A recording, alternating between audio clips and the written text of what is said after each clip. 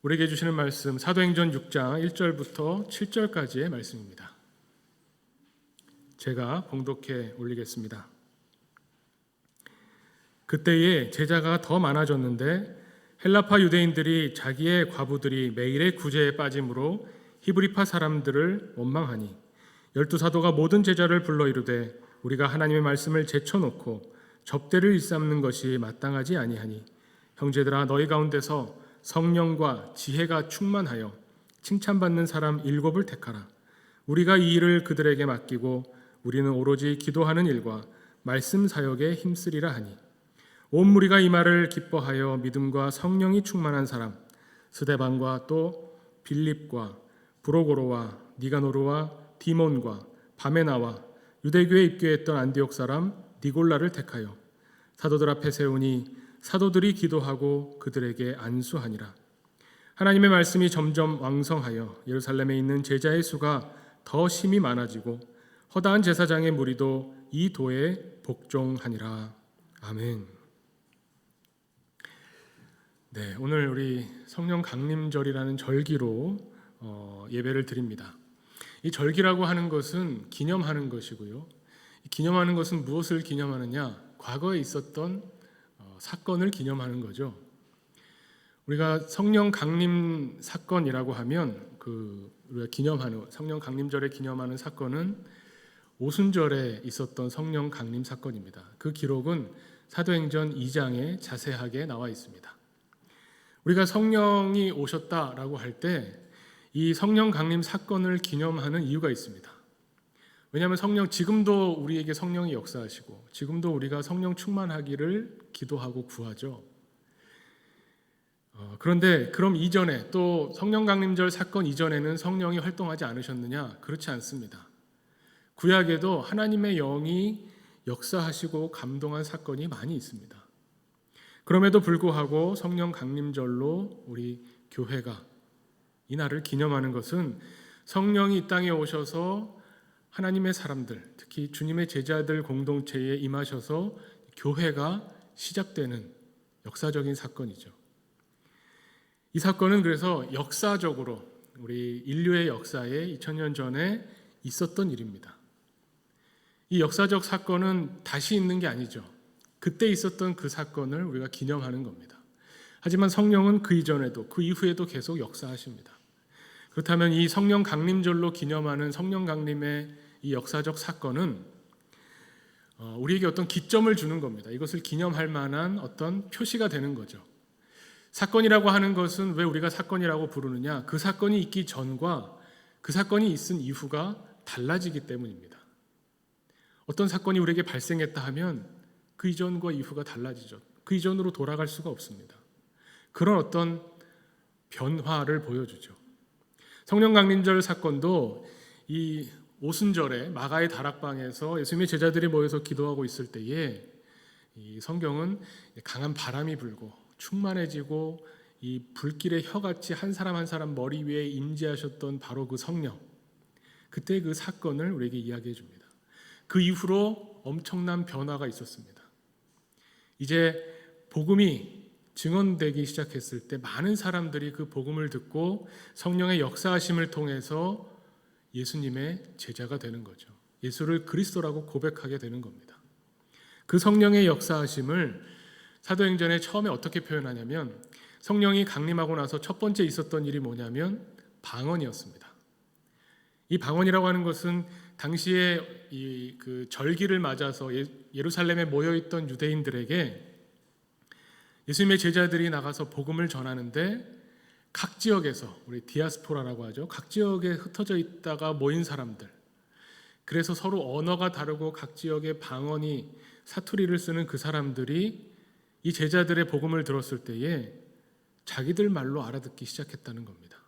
그것이 방언이죠. 사도행전 2장 4절 말씀에 보면 이 방언이 그냥 있었던 것이 아니라 성령이 말하게 하심을 따라 다른 언어들로 말하기를 시작했다. 성령의 역사였다는 겁니다. 성령이 말하게 하심을 따라서 말했더니 11절에 우리가 다 우리의 각 언어로 하나님의 큰 일을 말함을 듣는도다. 각 사람에게 알아들을 수 있는 말로 전달이 됐습니다. 그런데 여기서 중요한 것은 신기한 일이다. 성령이 오시면 방언을 해야 된다. 그래야 성령이 오셨다는 표시가 나는 거다. 이런 것을 생각하기 전에 이 일이 왜 중요한가? 왜 성령이 오셔서 첫 번째 하신 일이 방언이었을까? 생각해 보면 그 의미를 찾아야죠.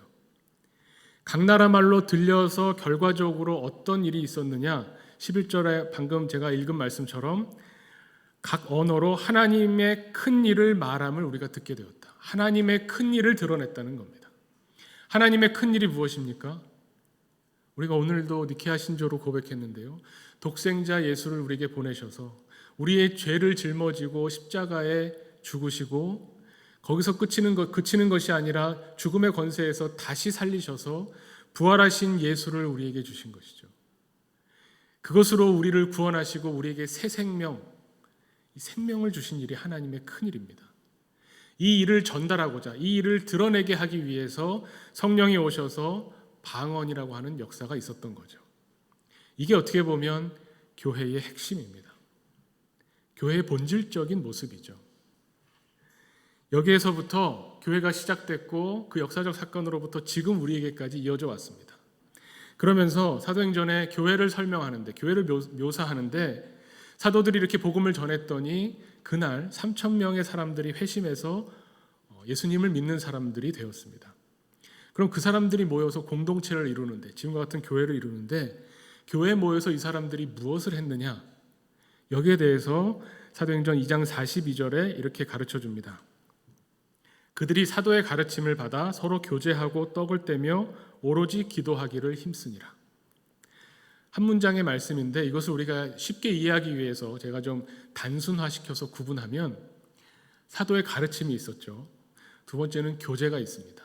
교제는 코이노니아고 이 교제는 나눔입니다. 또 설명드리겠지만, 그리고 떡을 뗐다라고 하는 건 성찬이죠. 그리고 마지막 네 번째로 기도했습니다. 사도의 가르침을 말씀이라고 한다면 말씀과 기도, 교제와 성찬 나눔이 있었던 겁니다. 그런데 이 교제와 성찬 나눔은 어떻게 보면 떼어지기 힘들죠. 교제라는 게 뭐냐면 정신적인 것도 서로 나누는 것이고 우리가 받은 은혜를 서로 나누는 것도 교제죠. 근데 또 물질을 나누는 것도 교제입니다. 초대교회의 특징 중에 하나가 서로 물건을 통용했다고 하죠. 서로 하나님의 은혜, 예수 그리스도를 고백하면서 모여서 은혜를 나누다가 마음을 나누고 생각을 나누면서 점점 물질을 나누게 된 겁니다. 이 물질을 나눴다는 것이 또 떡을 떼었다는 것으로 드러나죠. 초대교회의 성찬은 우리의 성찬 예식이기도 하지만 한편으로 정말 식사입니다. 공동체의 식사. 이 성찬이 보여주는 것은 장차 오실 하나님의 나라를 보여주는 거죠. 하나님 나라의 식사 자리, 이 잔치를 보여줍니다. 그래서 교회가 보여주는 활동들이 이렇게 네 가지로 어떻게 보면 드러나게 된다, 표현할 수 있다는 거죠. 이게 이렇게 해서 이제 교회가 시작됐습니다. 그런데 문제는 지금 우리의 문제와 비슷합니다. 우리 성령이 오시면, 성령이 충만하면 우리에게 있는 모든 괴로움과 어려움과 문제가 싹 다 해결되고 더 이상은 어려움이 없을 거다 기대할 때가 있지만 사실 그렇지 않죠. 사도행전 2장부터 이 6장까지 오기까지 이 교회는 성령이 임하셔서 정말 교회가 시작됐는데, 교회가 왕성하게 활동하는데 이 6장까지 오기까지의 내용은 뭐냐면 핍박입니다. 핍박과 어려움과 문제들을 계속 이야기하죠. 외부에서 오는 핍박도 있습니다. 우리 지난 시간에 살펴본 아나니아와 삽비라를 통한 교회의 내부적인 문제도 있습니다. 이제 오늘 6장에서 보니까 또 하나의 교회 안에 문제가 생기는데 이번에는 정말 심각한 문제입니다. 교회 안에, 이 초대교회 안에 히브리파 유대인과 헬라파 유대인이 있었는데 이 두 파 간에 갈등이 생긴 거죠. 우리가 단순히 우리 그 헬라파 사람들의 과부가 구제에서 빠졌다 이러면 되느냐, 이 정도로 넘어갈 문제가 아니라 이것이 이 문제, 어떻게 보면은 헬라파 과부가 구제에서 빠진 이 일을 빌미로 해서 이 갈등이 밖으로 표출된 거죠. 왜 히브리파 사람들은 저러느냐, 헬라파 사람들은 또 거기에 대해서 불만을 갖게 되고 서로 갈등이 있었다는 겁니다. 교회 안에서 그랬나 보다 하기 전에 사실은 이 히브리파와 헬라파라고 하는 것이 생각보다 많이 문제가 되죠. 이때만이 아니라 이후에 사도 바울의 활동을 통해서 우리가 배우게 되는, 알게 되는 초대교회에도 문제가 계속 있습니다. 헬라파 유대인이라는 사람들은 아까 말씀드린 것처럼 디아스포라, 이 유대인들의 그 예수님 당시의 그 앞에 역사에 있어서 질고가 있어서 우리가 알고 있는 예루살렘을 중심으로 하는 유대 지역, 갈릴리 지역에 흩어져 거기 살던 사람들이 밖으로 흩어지는 겁니다. 이집트로도 가고 로마로도 가고 소아시아 지역으로 많이 흩어져서 쫓겨가서 살게 되는 거죠.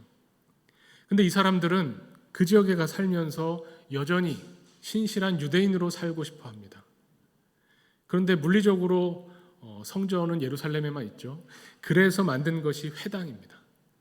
회당에 모여서 이 유대인들이 말씀을 읽고 배우고 거기서 교육받으며 종교적인 일들을 거기서 그 생활의 중심으로 펼쳐나간 거죠. 하지만 그 지역에 살아야 되기 때문에 거기 사람들과 함께 살면서 언어도 바뀌고 이 사람들은 헬라어를 공용어로 쓰는 사람들이죠. 그러면 이제 일단 그 교회 안에, 초대교회 안에 무리가 나눠지게 됩니다. 히브리파 사람들은 예루살렘을 중심으로 하는 팔레스타인 지역에 사는 사람들이고 이 사람들의 언어는 우리가 아는 것처럼 아람어입니다. 예수님도 아람어를 쓰셨죠. 예수님과 예수님의 제자들을 중심으로 했던 이 히브리파 사람들이 교회 안에 있습니다. 그리고 헬라파 사람들, 당시 여러 지역에 흩어져 있다가 예루살렘에 모였는데 거기서 복음을 듣고 회심한 사람들, 믿게 된 사람들이 있습니다. 어떻게 보면 바울도 헬라파 유대인이죠. 헬라파 유대인 기독교인이죠. 바울도 길리기아 다소에서 출생해서 거기서 나고 자란 사람입니다. 이 바울은 그래서 헬라어를 잘하는 사람이죠. 참 재밌는 것이 교회가 처음 시작됐을 때, 성령이 강림했을 때 나타났던 첫 번째 역사가 방언이었죠. 언어의 장벽을 뛰어넘는 거였습니다. 그런데 그것은 일회적인 역사적 사건이라고 말씀드렸습니다. 이후에 성령이 계속 임하시면서 성령이 교회 안에서 활동해 가시는데, 근데 이 6장에 나타나는 문제는 결국 또 언어의 문제입니다. 히브리파 사람들과 헬라파 사람들이 소통이 잘 안 되죠. 언어가 다르면 당연히 소통이 잘 안 됩니다. 이 과부가 구제에서 빠졌다. 히브리파 사람들이 헬라파 사람들은 과부에서 다 빼야 돼 하고서 리스트에서 막 뺐을까요? 그랬을 리가 없죠. 언제까지 우리 그 히브리파 사람들 중에 어려운 사람들, 특히 사회적 약자인 과부들, 그 사람들에 관한 그 일들을 알려달라. 그러면 그들이 필요한 것을 우리가 나누겠다. 교제라고 하는 것은 결국 나눔이고, 이 나눔 중에 물질적 나눔이 결국 구제죠. 구제가 그렇게 우리가 생각하는 것처럼 우리가 더 많이 가져서 불쌍하고 나보다 못한 사람을 도와주겠다, 이게 구제가 아니라 같은 교회 안에서 서로 필요한 것들을 나누겠다 해서부터 시작되는 게 구제라는 겁니다. 그런데 히브리파 사람들이 사도고 어쨌든 교회의 중심이니까 그 이야기를 듣고 자기네 사람들한테 가서 과부들을 조사하고 이 사람을 도와야 됩니다 얘기할 수 있는데, 헬라어를 하는 사람들은 잘 못 알아듣는 거죠.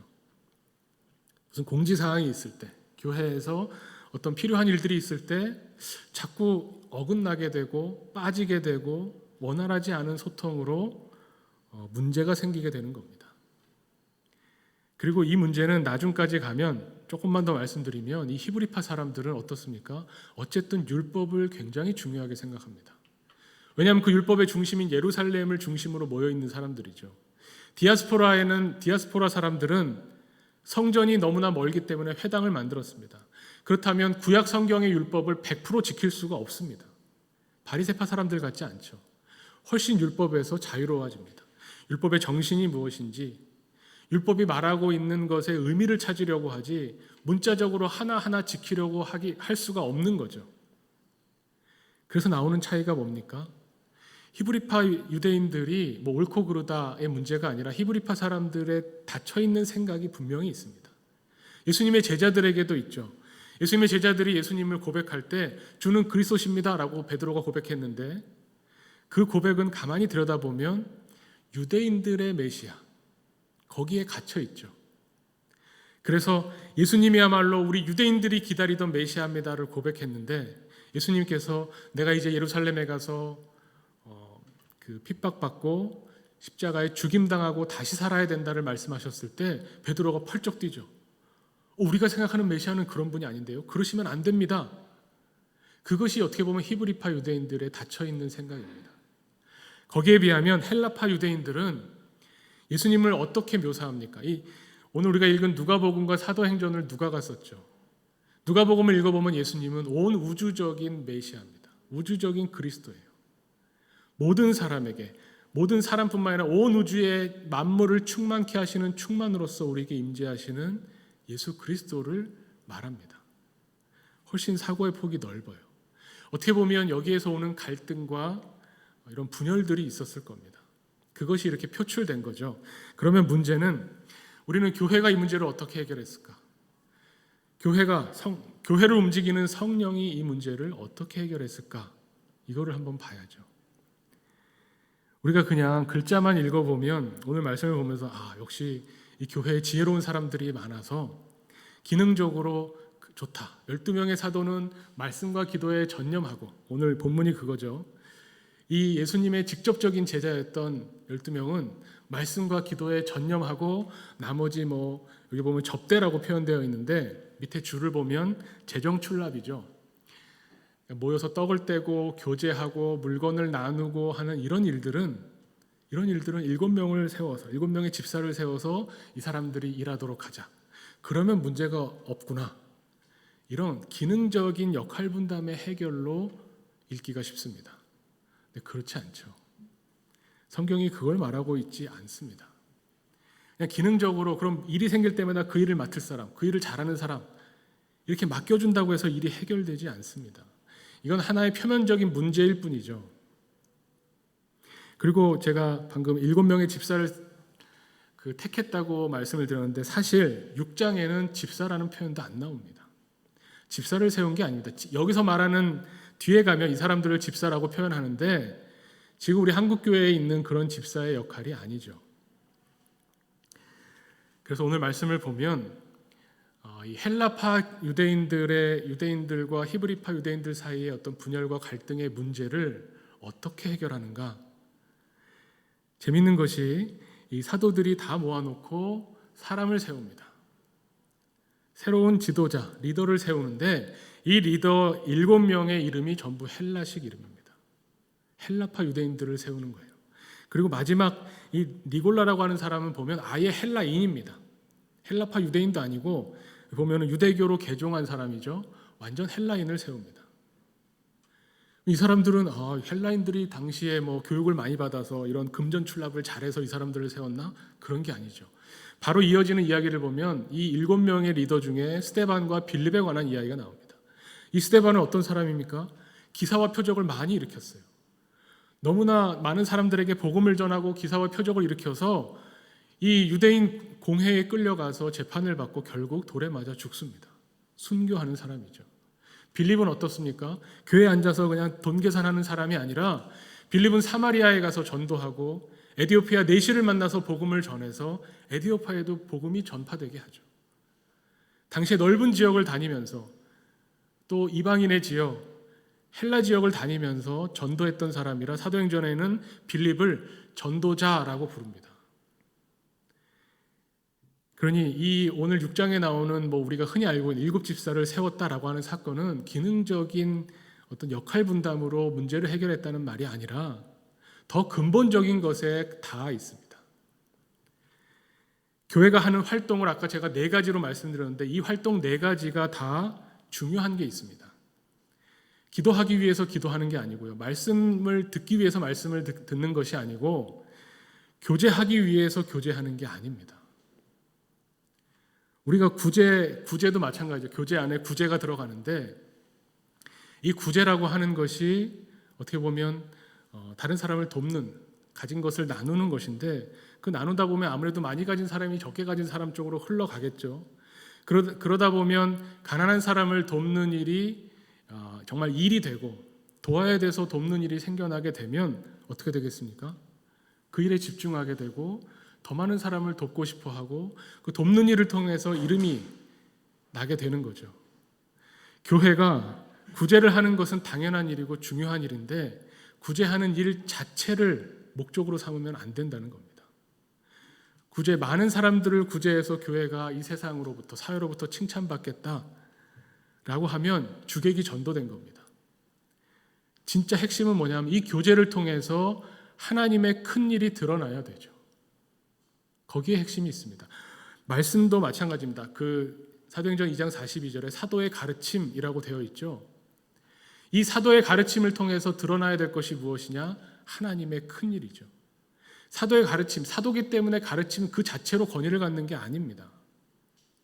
오죽하면 나중에 우리 서신서를 읽어보면 사도 바울이 그런 이야기를 하죠. 교회를 향해서 내가 전한 복음 외에 다른 복음을 전하는 자가 있다면 저주받을 것이다.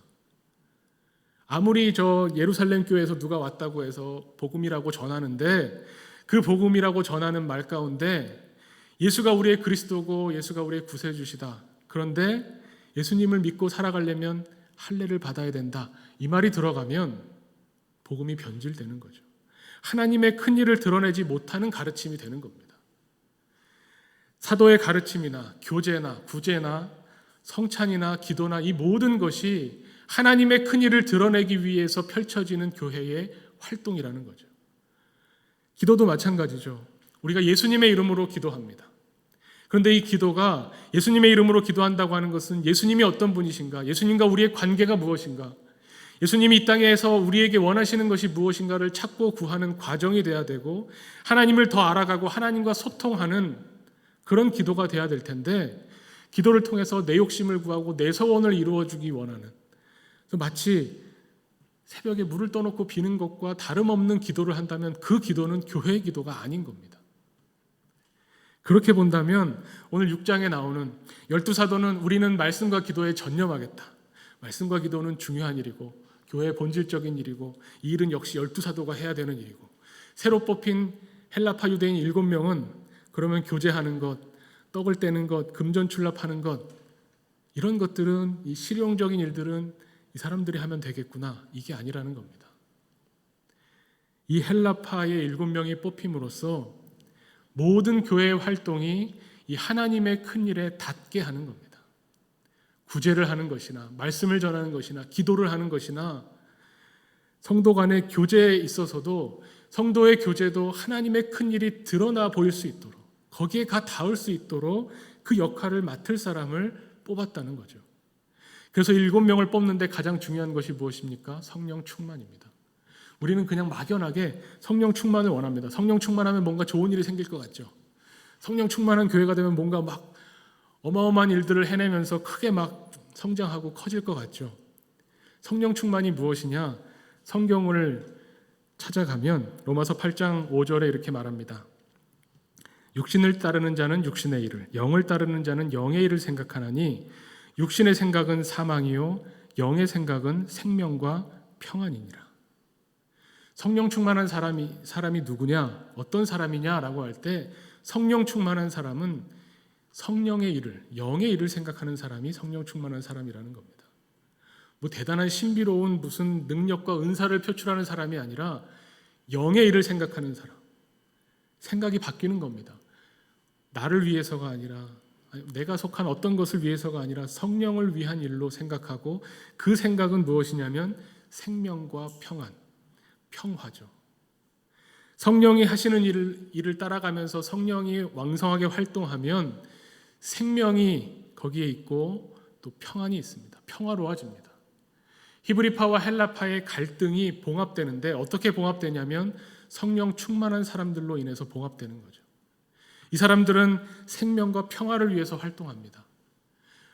모든 모임 가운데 저녁 식사를 하고 성찬을 나누고 마음을 나누고 생각을 나누고 또 떡을 나누고 물질을 나누는 그 모든 일에 있어서 하나님의 크신 일이 드러나도록 일했다는 겁니다.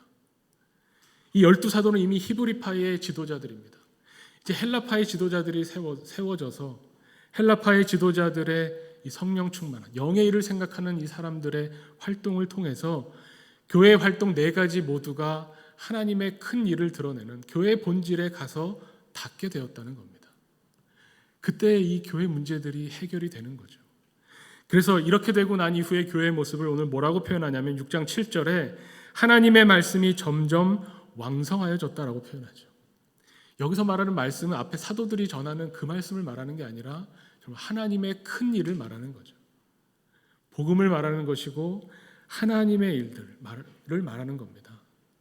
성령이 오셨을 때에 이것이 서로 소통하게 되는 겁니다.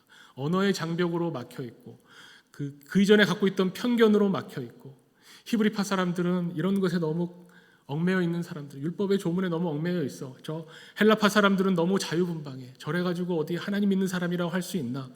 이런 생각의 차이, 편견, 언어의 장벽 모두를 뛰어넘는 성령의 교통하심이 교회에 있었다는 이야기입니다. 우리가 예배를 마칠 때마다 목회자들이 축도할 때 사용하는 성경이 고린도후서 13장 13절이죠. 여기에 보면 주 예수 그리스도의 은혜, 그리고 하나님의 사랑, 그리고 성령의 교통하심이 너희 무리와 함께 있을지어다라고 말씀합니다. 성령은 교통하는 분입니다. 우리와 하나님의 사이를 교통하는 분이고 우리와 성도와 성도 사이가 교통되게 하도록 하시는 분입니다. 성령이 오셨을 때에 소통이 일어나고 막혔던 것이 뚫어집니다.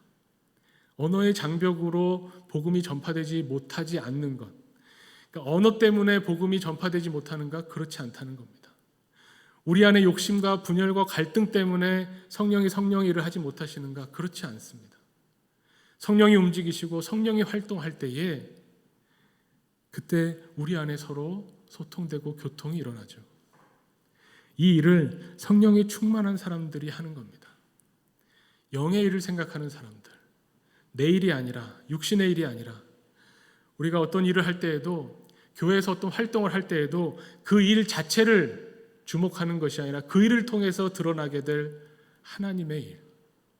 우리가 교회에서 무언가를 교회 이름으로 어떤 활동을 벌여 나갈 때에 결국 그 활동을 통해서 혜택을 입는 사람들이 교회가 정말 내가 해준 것도 없고 교회가 해야 할 의무도 아닌데 저렇게 하는 것이 정말 특별하구나.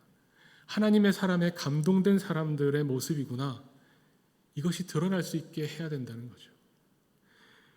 구제를 통해서 교회의 이름이 높아지면 안 됩니다. 구제를 통해서 하나님의 이름이 높아져야죠. 우리가 기도할 때 예수님의 이름으로 기도하는 그 의미를 우리가 되새겨야 합니다. 교회는 어떤 존재인가? 교회의 본질이 무엇인가라고 생각할 때 우리가 늘 생각하면서 오늘 이 초대교회의 모습을 통해서 성령이 충만한 사람들이 모여서 성령이 충만한 교회를 이루어서 서로 교통하고 그 안에서 하나님의 일들이 드러나게 되는 그런 교회를 우리는 꿈꿉니다. 그런 사람이 되기를 우리가 소원하고 기도하는 거죠. 우리의 활동, 우리의 말과 우리의 행실을 통해서 하나님이 어떤 분이신지를 드러내는 그런 놀라운 성령의 역사가 있기를 간절히 축원합니다. 함께 성찬의 예식을 거행할 텐데 성찬의 의미에 대해서 다시 한번